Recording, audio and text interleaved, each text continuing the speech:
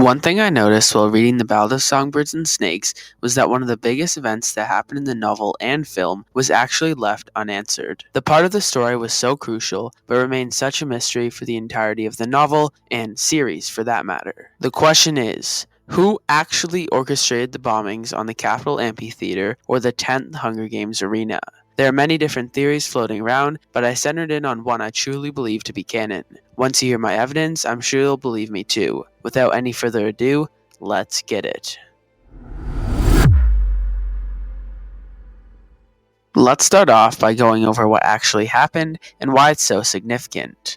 A few days before the actual Hunger Games began, the Capitol mentors were tasked with taking their respective tributes on a tour of the arena in an attempt to show their strength to the districts and how they would not shy away after what happened with Arachne. All was going according to plan until, as described in the books, the world exploded.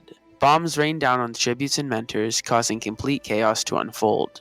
The impact of this was truly shown in both the movie and the film, as 3 mentors and 8 tributes were both directly and indirectly killed by this attack. There were of course injuries aplenty following the bombing, as it was noted that almost everybody needed medical attention. Aside from the damage it caused to the people involved, it also significantly altered the Capitol arena that would host the actual Hunger Games event. Due to the bombings, there were craters and rubble made up most of the terrain, and hiding yourself from the other tributes was 1,000 times easier thanks to the tunnels and holes that opened up. This, of course, changed the games completely.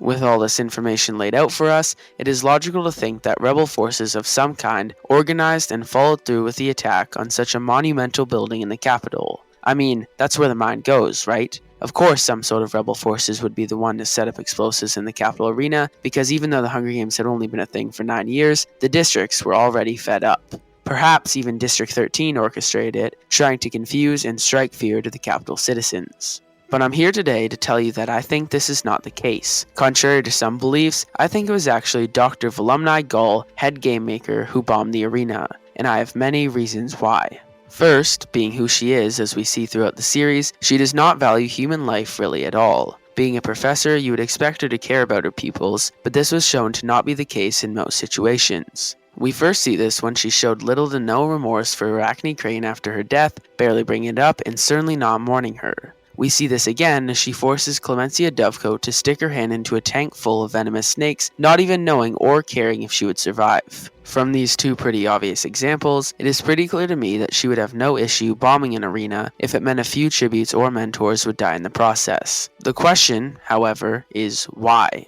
Why would she attempt to destroy such a valuable structure of the Capitol? What was the point or motive behind the attack? Well, I think I have that one figured out too. The main thing Dr. Gaul is focused on throughout the Ballad of Songbirds and Snakes is getting more people to watch the Hunger Games, and to achieve this, she must make the event more entertaining and interesting. By organizing a bombing on the arena, not fully destroying it, but beating it up enough to create enough interesting tunnels and holes, she ensured 2 things, both of which worked in her favor. First, because of the unusual and unlikely event of a Capitol structure to get bombed post-war, combined with the fact that the arena was altered significantly, the upcoming Hunger Games would attract much more viewers. Now, underdogs could actually stand a chance, providing they play it right and find a good place to hide. More Capitol citizens would want to watch this new and unpredictable Hunger Games, as well of course as more district citizens, desperate to see their tribute come home safe. Second, nobody would suspect her to be the one to organize the bombings, meaning she could follow through with them without worry of getting caught. When the bombs went off, all eyes turned to the districts, and suspicions of which rebellious district organized them varied. Nobody would suspect that the one that caused such mayhem and destruction was the person who was supposed to be the leader and organizer of the event itself.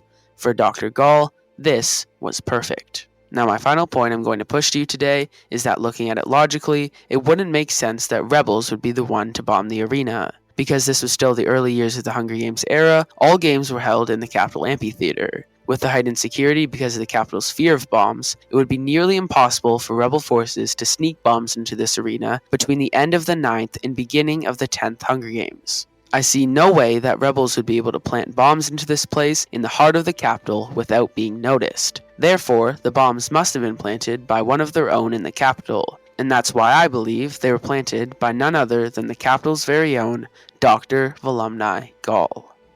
All in all, I think it was Gaul that organized these attacks for many reasons. Whether it be the fact that she doesn't care about human losses if that's what it takes for her to reach her goal, or her sadistic nature of doing whatever it takes to get more people to watch the games, I think it's a safe theory to believe. I love hearing your guys' thoughts, so please let me know all your opinions in the comments section below.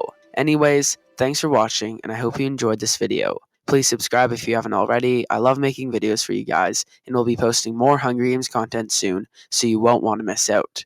See you in the next one. Peace.